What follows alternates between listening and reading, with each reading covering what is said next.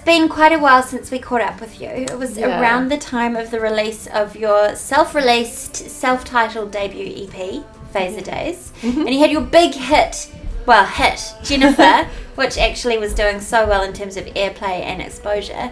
That was released. We'd been championing that on the audience. Tell us a little bit about what's been going on for you in the time since. I don't know. I've just sort of been working on new stuff. I graduated from music school. Congratulations. Thanks. And I mean, I've just sort of, while I've been working on new stuff, like the EP's just sort of been getting a bit more exposure and play on the internet and on radio.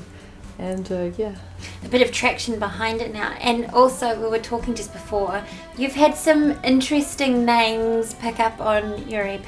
Yeah. Everett True, who allegedly introduced Kurt Cobain to Courtney Love. Bet he was proud with himself over that one.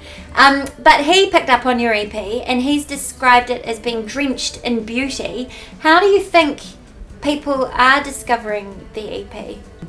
Fortunately, I had a friend who wanted to do some of the publicity, and so he just helped me with that and sent it to a few small / medium-sized blogs. Right. And then I think it sort of just picked up from there. He just sort of got it out enough for it to get picked up, and it's like just shares and clicks, and then suddenly it's out there, eh? Yeah. So the new material that you've been working on, is that much different from the content on the Fazerdaze EP?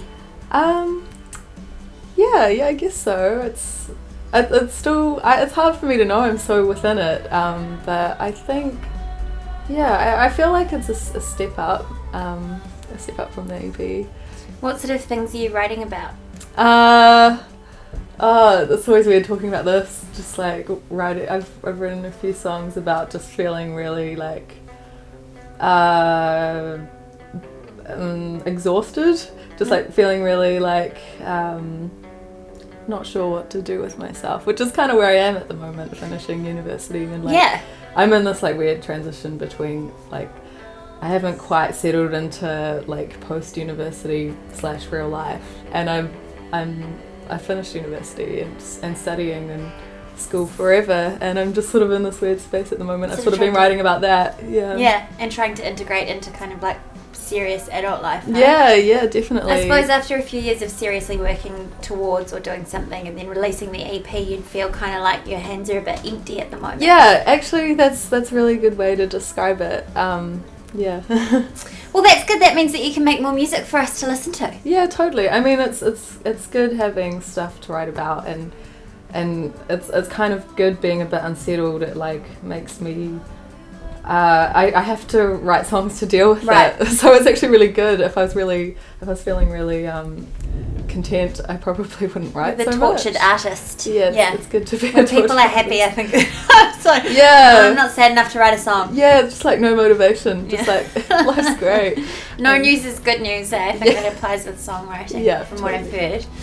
And so you have got plans to go and play some shows over in Australia? Yeah, I do. Next week I'm playing 3 shows over there. Amazing. Have you had much of a response from Australia? Australia's been like, I think the US has been a lot more interested. Well, that's better. That's great. That's good. Which is really go cool. Practice in Australia and then go crack the States. Right. It's pretty exciting, and it's a good way, I guess, to build your confidence. Preparing for a big live tour. Definitely. Now, in the nearer future, also you're playing Fancy New Band in Auckland at the King's Arms on Saturday, May the 23rd. So who are you most excited about playing with on the night? New Gum San. I think they're amazing. I just love their songs, and I saw them open for Anthony Tonin, and I just like, I don't think I even realised they were opening, but I was just like, who is this band? These guys are awesome, and so I'm really looking forward to their set.